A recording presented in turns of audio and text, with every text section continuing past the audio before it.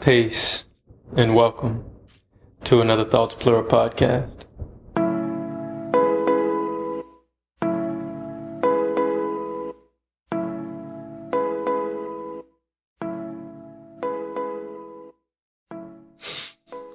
We had to know this was coming.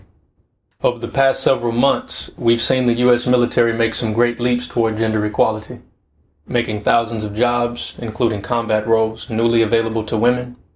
We've also witnessed, for the first time in history, 3 women earn the Army's Exalted Ranger tab, one of whom is now the first ever female infantry officer.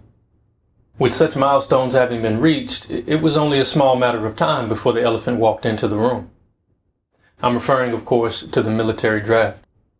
Just last week, albeit amid rigorous debate, the House Armed Services Committee narrowly approved the requiring of women to register with selective service. A decision that, if approved by the full House and Senate, is likely to spark just as, if not more, contentious of a debate throughout the land. And we've already heard some of the arguments. But it's sexist to exclude women from conscription. No, but the draft is to put bodies on the front lines and to take the hill, and we don't want our women doing that. Well, everyone, including women, should be willing to serve our country in a time of war.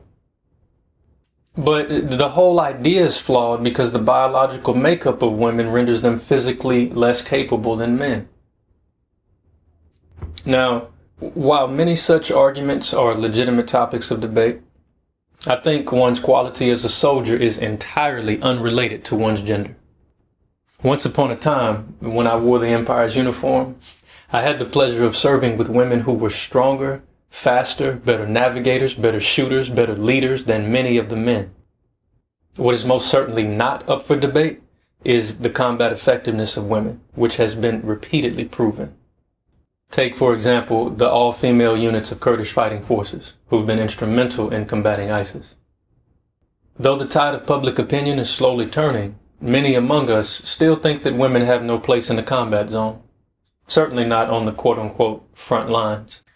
And I would tend to agree only insofar as no human being, regardless of gender, belongs in a combat zone. Still, many believe that females should not be conscripted into military service. Again, I tend to agree, only insofar as nobody, male, female, or otherwise, should be forced to do anything, let alone fight and die. And it's that bigger picture that inspires me to welcome this development. The more people affected by the Empire's aggressive wars of choice, the more outrage and opposition to them. The more debate over who should and shouldn't fight, then the more resistance against doing the Pentagon's, and by extension Wall Street's, dirty work, and the less likely for war to begin with.